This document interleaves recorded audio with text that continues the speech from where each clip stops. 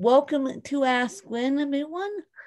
Today I have Madeline with me, and she wrote a fabulous book, which I have not had the chance to read yet, unfortunately. But how I met Madeline was through a networking book group that I am involved with. And she was talking about translation of her book and how she did that foreign translation and foreign rights. And then all of a sudden on a website I use for podcasting called Podbooker, she emails me through that website, doesn't realize it's me, quite frankly, that she's emailing. And so, yeah, we're going to talk about her book, and we're just going to see the story behind this book. So, welcome, Madeline. I want you to take it away. Well, good morning, Wynn. And you're right. I didn't realize it was you when I got onto Podbooker. And then I was very happy to find out that was you from my class. So, which is one of my questions for you at the end. How did you go down this pathway?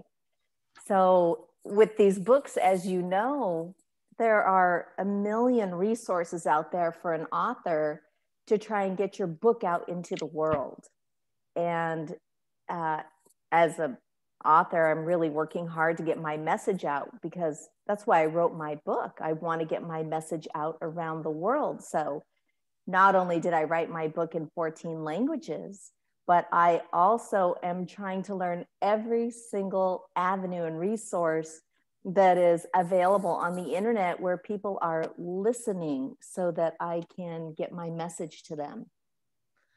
And what inspired you to write this book? I know we talked about foreign rights at the beginning, and then what inspired you to write this book? I know your husband is in urology, and so I know he had a lot to do with it. But tell my audience what inspired you to do a whole book on this niche? Wow, that's just a great question. I married a reconstructive urologist, and I was a computer chick. I used to work at Microsoft, Amazon.com. So I really had no knowledge of medicine, anything about the human body. I didn't even care about it. But after I married him, I retired from Amazon and we moved to South Texas, and I became a stay-at-home mom. And I was a much older mommy. I was 38. So I kind of was at the last stages of hurry up and have babies. So when I became a stay-at-home mom, we moved to a small town. And there were no other reconstructive urologists in our small town because we live in a medically underserved community on the Mexican border. So it was a big deal to have somebody with his skills come to this kind of area, because most people here would have to drive, 4 hours up to San Antonio or 6 hours up to Houston or Dallas to get a reconstructive urologist. So it created a buzz in this town when we moved here. Hey, we got a new urologist in town. And so as the years passed, people got to know who we were, because, they would point fingers and say, oh, that's the new family in town. He's a urologist, which I guess that's the only time it's a good thing, when people are pointing their fingers at you, right? Yes. Yes. Yes. Right. So the reputation kind of set in that, I was married to the urologist, and being a new mom myself, it put me in these groups of families, stay-at-home moms or stay-at-home dads, and we all had kids now. And one thing that I learned, which I never knew, is that childbirth is kind of the onset of a lot of urological problems for both men and women. And Really? I know that sounds weird, but men, when their wives get pregnant, tend to gain a lot of weight. And when a man starts to gain weight, he can end up with things like diabetes, high blood pressure, and those have direct impact on your urological health. And so people would start to quietly come up to me and whisper in my ear, "Oh, Mrs. Ruiz, isn't your husband a urologist?" Or some of the guys would say, "Isn't your husband the dick doctor?" Yeah. And I'm like, "No, he's a urologist." And then I asked him, I'm like, "Honey, are you a dick doctor?" And he's like, "I'm a urologist." And he goes, "But yes, I fix penises too." And so the name really was given to me by the people in this community, mostly the men. It was the men that gave it that title. And so the women would come up and secretly whisper their husband's problems in my ear and say, "Could you ask your husband to see if this is something my husband should come and see your husband about?" And that's kind of how it started. And then you multiply it times 20 years in every venue, from the bakery ladies at the grocery store to the TSA agents at the airport to to everywhere, the school moms in the parking lots. And what I noticed over 20 years is there's a common theme. There seem to be kind of the top 10 neurological issues for men and women. People would ask the questions over and over. And so that's how I came up with my book. Because there was a need to, same with my original book, there was a need to raise awareness and break the stigma about cerebral palsy. And yes, I'm still trying to get it translated. I haven't forgotten about that. I just need to sit down and do it. But there was a need to break the stigma about urology. There was a need to break the stigma about cerebral palsy. So why not have two women do this need?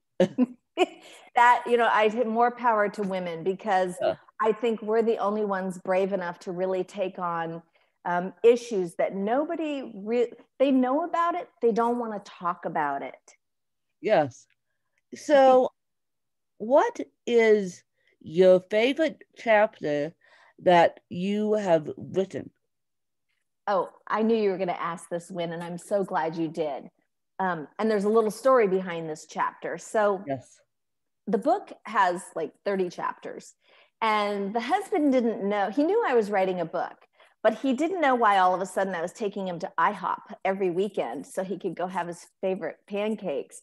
And then I'd be like, "Oh, I'm writing my book, and this weekend I'm going to focus on the chapter of prostate cancer. So what's so important about prostate cancer that I need to know?" And asking the doctor any question about urology is like putting a kid in a candy store and saying, "Pick anything you want," because he would go on and on and on over the entire breakfast, but I would secretly record him on my iPhone. Why? Because I'm not a doctor and he's very technical. So I would bring that recording home and I would listen to it like 5 times, trying to understand what is he saying, and Googling those medical terms and trying to translate everything he told me into layman terms and then put it into a chapter so people like myself could understand, what the heck did he just say and what does it mean? But my favorite chapter is the one where I said, "Oh, honey, I'm going to talk about GSM today," which is genitourinary symptoms of menopause.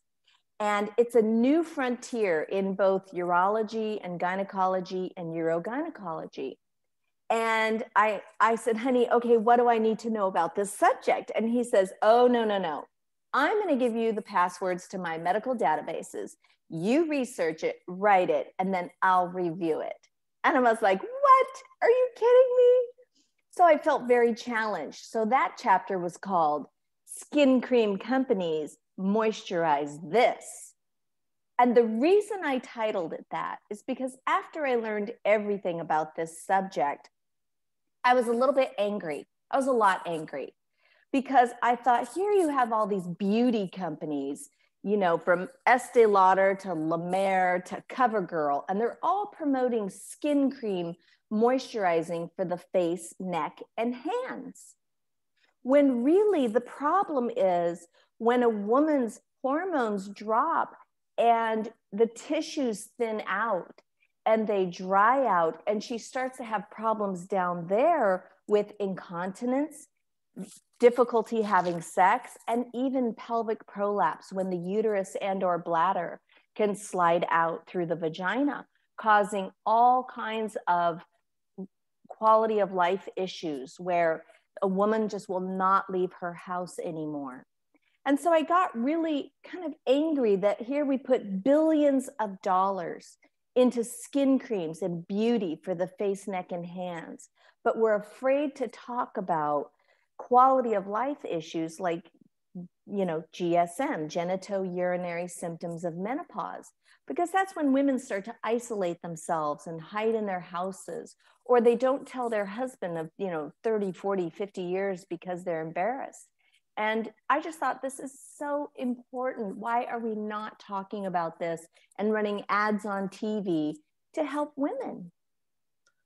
I understand how you feel because we're doing the creams and the potions and there's research about cerebral palsy, but we could do a whole episode on raising awareness on this stuff because there's probably research on urology that research is great, but yet raising awareness is a whole nother thing in itself because people can research and find a cure for anything and everything until they're blue in the face. But then when it comes to awareness, they go and then they go, oh, we forgot about the awareness part. So I applaud you for stepping out and writing this book. I literally do. I applaud you for writing this book and stepping out and start raising awareness on the problems of urology. There are so many problems, just for women and men, and millennials are included now too, which is interesting. I had no idea that younger people were affected by urological conditions. Evidently, they're struggling with overactive bladder due to stress and diet, lifestyle, essentially. And I had no idea. That's another chapter in my book. It's called Generation Why Am I Peeing All the Time? And I couldn't believe that these young kids are peeing every 30 minutes or so when they should be out having a great time. And we need to bring awareness that these young adults need to know that this is not normal. Yeah. It is stress related. It is diet related. Put down the Red Bulls, right? And calm down, get off your phones, get some exercise, reduce your stress, and your bladder will calm down. Yeah, no, it's not normal. It's not normal. And smoking, vaping, and these kids doing all this vaping and smoking is the #1 bladder irritant. So if you want your bladder to overactivate, just smoke. It works great. And now I'm going to ask a question because I'm going to, and there's a story behind this question, which we'll get into. Okay, I know that smoking is an irritant to your lungs, and I know that smoking bad, but does smoking weed activate your bladder? Because the reason why I asked this question is because my father died of lung cancer. Well, he died of organ failure / lung cancer, and he smoked weed like there was no tomorrow. He did it as a relaxing thing. He did it as a relaxing thing, as I said. But I finally looked it up one day. I finally looked it up. Does weed have anything to do with lung cancer? And the science has now proven, because people have asked me several times now, and they finally give it up because the answer's no. And I finally have to admit one of these days that yes, my father did smoke weed. And so, um, because people automatically assume he was a heavy smoker of not weed, but he was a heavy smoker, and so that's why he got lung cancer. Now you're saying that smoking is causes all these things, including urology problems. Does weed do the same thing?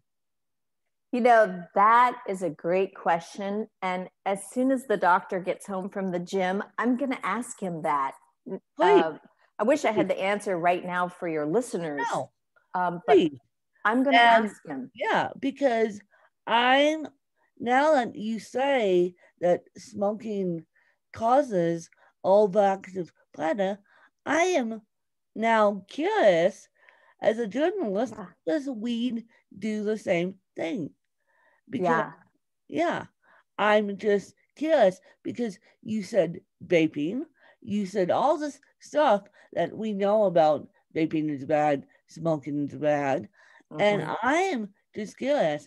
And I know that new science is saying that smoking weed can cause lung cancer. Wow. And yeah, so I am curious about that.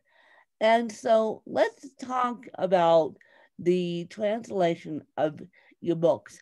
Why did you start translating your books? That's an easy question. So I have my 92-year-old dad lives with me, and he has a caretaker, and she's been here for years. And she knew that I was working on this book, and she speaks Spanish. Spanish is her first language. And she was trying to tell me, I was trying to tell her, oh, I'm working on a book. And she was like, I wish that you had that book in Spanish because I would love to read it. And then I felt bad. I'm like, oh yeah, I want you to read my book. I'll let me get it translated into Spanish and then I'll get you a copy. And that was the beginning of it. And then I thought, why the heck am I not translating this book? Because she has a 90-year-old mother who has urological problems. And there was information in my book that would help her mom with the pelvic prolapse. And that kind of was the light bulb. As a matter of fact, I put in my book to Claudia in the forward, thank you for opening the door for me to realize that my message is just not for English speaking people. My message is for every person on the planet that has a penis and vagina. Because one thing I've learned writing this book is that urology is the human equalizer. Nobody is better than anybody else. We are all the same. And that may seem shocking to some people, but I can assure you that by the time you end up in the urologist's office, which evidently 100% of the human population at some point in their life will require a urologist, that pretty much levels the playing field of the human race. And Wow, so, I just yes, read stat. isn't I that just huge? read stat. That is huge. Huge. And if you stop and think about it, well, when we're all born, you come out, either a boy or a girl. And in some cases, some babies are born without genitalia. So they have to be assigned. That's very, very rare. And so in most cases, in general, you are given a penis or vagina. And with that device, I guess I'll call it, comes plumbing, because urine must exit the body. It is how the human body survives. It's a system. And the system at some point will malfunction. And certain times in your life, whether it's childbirth or obesity or, smoking, these things aggravate the system, and the system needs maintenance. And so that is what equalizes the human race, is that nobody has a perfect system. And so we should all be kind and be humble to each other, because people are secretly dealing with urological issues that they don't want anyone to know. And imagine if we could be compassionate and kind and understanding, and now educated in the world of urology, where we could help our neighbor or, a stranger or someone you see isolated over there, or a person in line at the bathroom that's very aggravated because they're at the end of the line, but they're actually the person that should be at the front of the line because they have pelvic prolapse. Imagine the random act of kindness of letting that person with pelvic prolapse go to the front of the line because you now understood urology. That is a fantastic thought. You guys, I'll admit this, and I admit this publicly too. I have a squished bladder due to I don't think it was due to cerebral palsy. I think, well, it was due to cerebral palsy. Then it got more squished because of scoliosis.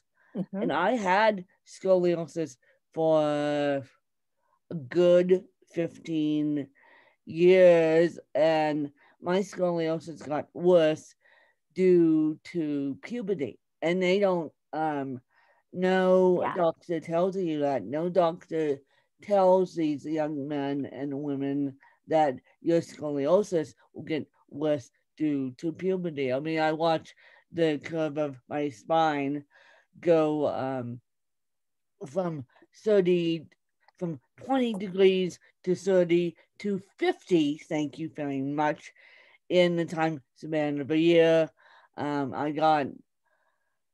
I remember flying back from the Bahamas, and after Christmas break, going to my scoliosis doctor, and he wasn't up here, he was in Denver, and the next thing I know, he's handing me tissues because I'm crying because I realized I would have to go have surgery in June.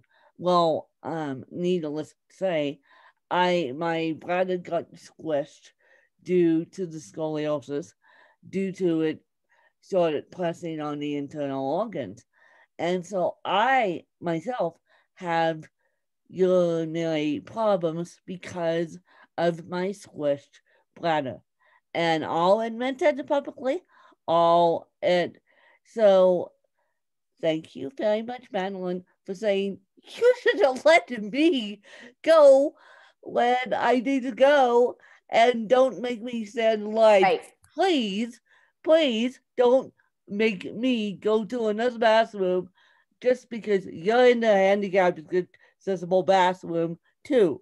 I have cerebral palsy. I have soon to be asthma. I have a squished bladder. Thank you.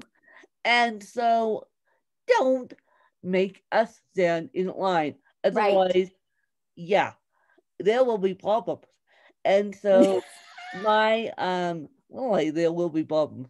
Big problems. And my thing is, if we raise awareness about this, more people would know about it.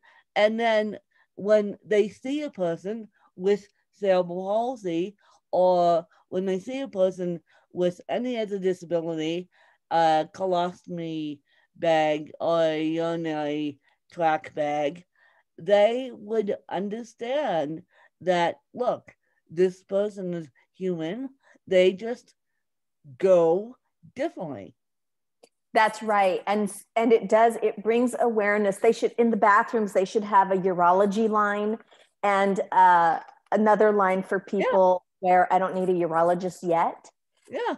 Because, and I will tell you the other thing, you have nerves in your back. I do a chapter on pelvic physical therapy, and posture is a very big piece of bladder control, because if you have poor posture, you can aggravate the nerves in the lower back that trigger the bladder nerves and cause you to keep going. So to want to go often. And so posture is a very big piece of bladder health, in case you didn't know that. So it might not be that your bladder's squished. It might be that your bladder nerves are pinched due to your scoliosis. I did not know that. Yes. And so there is a pelvic physical therapist at most urology offices, and you could certainly get a consultation to see if there was any way to improve your posture. They give you these little exercises where you tilt the pelvis forward. That chapter is so funny, by the way. Oh my God. That chapter made me laugh because I had to go to the pelvic physical therapist in my husband's office to write the chapter. Dr. Alex, nicest guy. So when he was done explaining to me the posture that promotes bladder health, I really, as he talked, I just got this visual. And basically the visual that he gave me about tilting the pelvis forward made me think of like when a woman would, you know how men kind of stick their pelvises forward when they stick their penis out? Yep. So I was thinking, well, come on, ladies, strap one on in your mind and think about it. Now point that penis out a little bit. And that is the perfect pelvic tilt for good bladder health. And of course, I bring humor to my book because I get very embarrassed about urology. Yeah. I'm always laughing at all my chapters because that's not exactly how the physical therapist told me to do it, but that's what I heard him say. It's like, stick it out there. Yeah. And it actually helped me to mimic what he was trying to show me, what he teaches his patients to do. And so there's a whole chapter on pelvic physical therapy to help bladder health. Well, I now have to and I will do this, guys. I will not only do more research, I will invite Madeline's husband on the podcast so we can have a more detailed conversation about this, because I'm thinking, okay, my bladder isn't squished due to scoliosis, although it might be. I just have a small bladder due to cerebral palsy, but I'm thinking that it has something to do with the nerves down there, because I know they messed around with my spine. They got it all configured, but I still have scoliosis. It went back to 10 degrees, from 50 degrees to 10 degrees. I know that. And so during the surgery, while they were messing around with the spine, they probably pinched a nerve or something. I know they did. So I'm going to do more research on it and invite Madeline's husband on this podcast so we can have 2 episodes on this subject because now I'm fascinated. So, Madeline, what website would you suggest for the beginner translator of books? So I used a website called Upworkcom. And one thing that kind of happened when the publishing industry changed dramatically, we're down to, I think, 2 or 3 main publishing houses, is that a lot of editors and graphic designers, cover designers, typesetters, all these people got laid off. And on top of it, these websites came out where you could go and put your talents up for sale on the internet to try and get some work. So Upwork.com has a ton of talent in anything you can think of, from translators to typesetters, graphic designers, everything you need for the publishing industry, including voiceovers. Let's say that you want to do an audiobook. I did 8 audiobooks in 8 languages. So I used a website called Upwork.com, and everybody puts their resume out there, and you have to read the resumes. You really have to take the time to interview the person on paper and to make sure that they have the skills that you're looking for. And then you can start a chat with them and, you know, test them if you want to. And that's where I found my translators for the 14 languages that I translated my book to. So you use Upwork.com Mm-hmm. because I know another person, and I think I told you this publicly, or maybe not because we were in a group, but I have another person that I listen to called Joanna Penn out of the UK, of the Creative Penn podcast, and she tried to translate her books, had a horrible time translating, and she'll admit this, had a horrible time translating her books and never did it again. So so it's all because it's all who you find on Upwork.com, and it's all who you know. And so I am impressed that you did the audiobook in 8 languages. Yeah. And I am impressed that you translated when Alinka told me that we're going to have a foreign rights translation conversation. I'm like, ooh, all right, because I'm like, I want to know what this is and how you can make your book in other languages. So once I move you guys and physically move, I'll be researching Upwork and translating my original book into languages, because now I think the need is out there for CP awareness, not only in English, but in everywhere else, because I have friends that speak Spanish, I have friends that speak English, I have friends all over the place. So I'll be working on that once I get my life organized again. Yeah. And so, Madeline, do you have any questions for me? Well, I do, and I'm gonna back up just a little bit because I made it easy for everybody. I did something that is not done in the publishing industry, and that was I gave credit to my contributors inside my book. And so every translator's name and email is in my book. My typesetter's name and email is in there. My cover designer's name and email is in there. So if you want a team to translate your book, typeset and cover design, I gave my team credit, which I had a publisher tell me, take all that out of there. That's not how we do it in the industry. And I said to them, I said, well, last I checked, your industry is pretty dead, which is why people like me are doing it ourselves. And so I'm going to give credit to my team because it's their work. And I am grateful to them. And I'm going to put their names and emails in my book. And I asked their permission, and they were just overwhelmed with the opportunity of finally being acknowledged for their work. So, yes. So, those of you that have books out there that pick up Madeline's book, you can learn her trade secrets with the book. Now, I do have questions for you, Wynn. So, how many books have you written? 11, and I'm working on my 12th and 13th. And the 12th book will come out. The 12th book is all ready to go. The 12th book will come out after I move.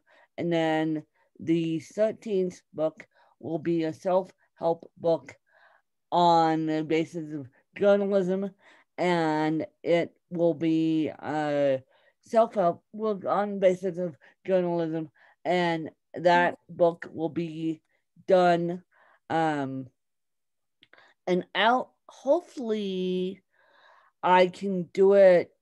I can start it within the next couple weeks here, as soon as I get my life organized, and then I will hopefully have that book out by my birthday. And so, or maybe I will do it, maybe I will do the book about podcasting first and then do the self help book on journalism second, so I can have a little bit more time once I physically move. And then but all my 11 books are out there, and translation is something that I want to do for all my 11 books. Wow. Now, of those 11 books and 12 and 13, which one is your favorite? This answer will surprise you guys, because you guys know me as the woman that wrote I Come and Win. And that's but my ultimate favorite is The View from My Hills, which was after I Come and Win. And it is my ultimate favorite because it's a novel, it's creative fiction. I do much better with creative fiction than I do memoirs. So my ultimate favorite is my second book, not my first book, even though my first book started all this. Okay. Wow. So, yeah. Okay. Why did you start a podcast? Why did I start a podcast? Mm-hmm. Because I thought, great, I now have this book out on the shelves of Amazon. How the heck am I gonna market the book? This is what this is what I thought. I'm like, how the heck am I gonna market the book? And no, we didn't have Podbooker, we didn't have podcast websites that you can book. And Madeline found me again on Podbooker, Podbooker,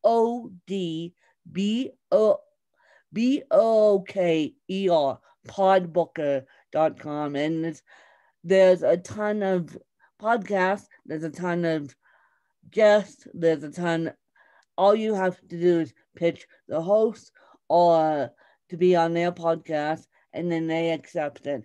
And I'm the type that accepts all podcasts under the sun, including urology subjects.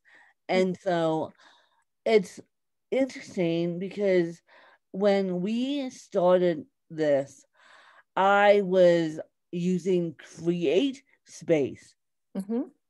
And I remember you telling me that because someone asked in a Lincoln's group, they go, well, Madeline, how did you publish your book? Mm-hmm. And I think you said the exact same thing. Mm-hmm.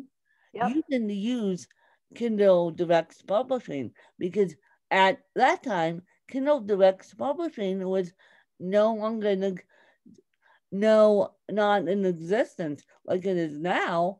And unfortunately, Create Space was a completely different website, you guys.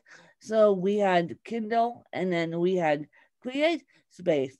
So that's how long Madeline and I have been in the publishing industry, that those two combine themselves. They did. And one thing I had to do, because I had Latin-based languages and non-Latin-based languages, I call them stick letters, like Chinese, Russian, Malay. Amazon does not accept those languages. So I found a company called Publish Drive, and Kinga Jennings is the CEO of Publish Drive, and she was an intern at Google. she was trying to get her master's thesis published and had the hardest time. So Google funded her and said, okay, go head to head with Amazon and create a platform.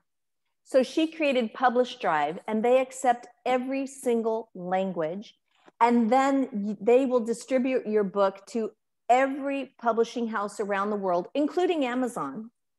Now, so go ahead. I have a question. Yeah. Now, if I should, know what?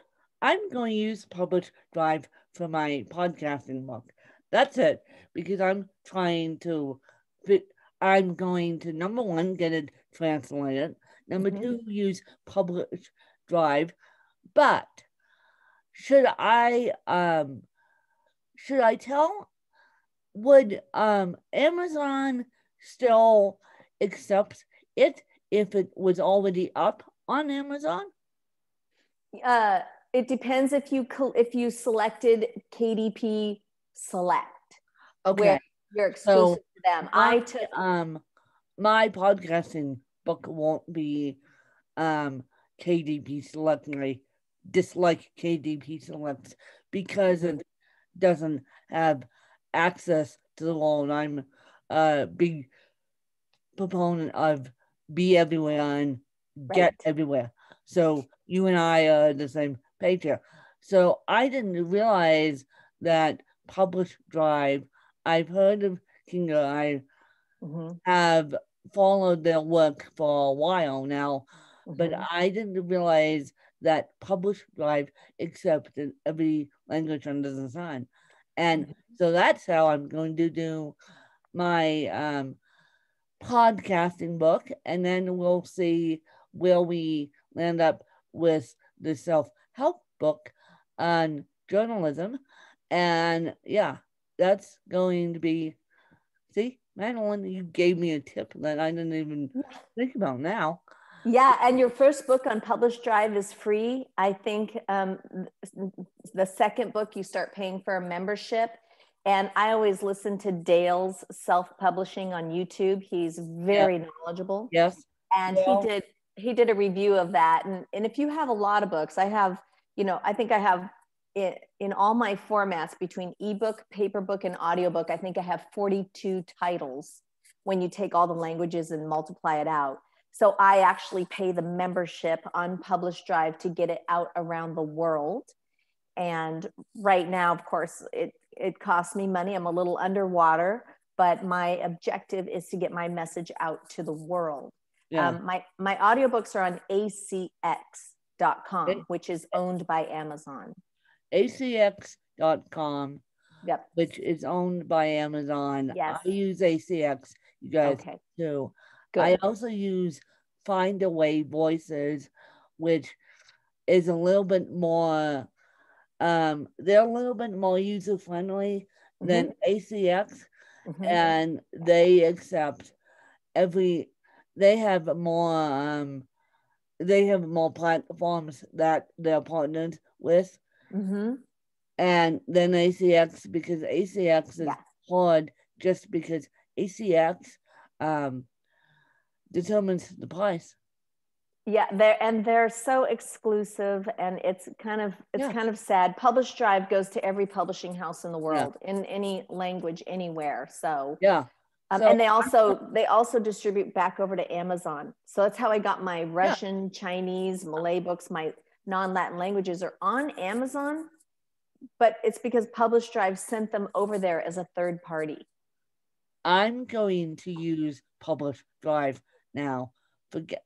Forget this Amazon dance. Forget this Amazon dance. You got to use Amazon. Sadly, they control 80% of the market. I can't buy advertising on Amazon because they consider my book pornography. Even though I'm in the urology section on Amazon.com, and it is kind of a medical humor book, they will not sell me advertising. So I have to rely on other methods. I buy Google advertising, and I try to get reviews on my book so the algorithms will pick me up. Yeah. But I gave them $1,500 in advertising money, and they turned me down. They said, your book is pornography, because I do a chapter on penile implants. And so Boston Scientific gave me all their medical photos so I could explain what they were. And those medical photos, although they're drawings, they're not real photos, are considered pornography. Excuse me. Uh-huh. Oh, goodness, yep. Amazon, you're picky. Yeah. You're picky. Yeah, it's a problem. So even though you can mark the box saying this book is not appropriate for kids under 18, it pretty much excludes medical books from being able to buy any kind of advertising, because you're talking about the human anatomy. So let's say if I wrote, which I'm about to do, let's say if I wrote a medical book based upon cerebral palsy, I couldn't necessarily buy medical advertising because I've mentioned medical terms, and it would cause a red flag in Amazon. It's the pictures. It's the pictures. It's the pictures. Well, yeah. Yep. I know the challenges I face. I have a website. I have a website. It's called imarriedadickdoctor.com. And I try to use that to advertise. I buy Google advertising. I do podcasts, because Amazon will not let me buy advertising. So I am hidden behind 1 trillion books. And I am probably hidden behind 1 trillion books, because every single person could publish a book, and they can't do it. And it drives me bananas. It drives me. See, now you irritate me at 5 a.m. because, granted, it is 5 a.m. out there, but you irritate me because we're trying to get the message out. Amazon, you're not helping. Right. You're not helping the cause. Right. Really, you're not helping the cause, and people learn about medical diagnosis that they should learn about, such as cerebral palsy or urology. Thank you very much, and I'll leave it at that. And so, Madeline, where can people find you, and where can people find you / not help you on Amazon, because we don't want to feed the Amazon monster. We want to feed the publishing drive monster. We would like to feed the monster that helps you.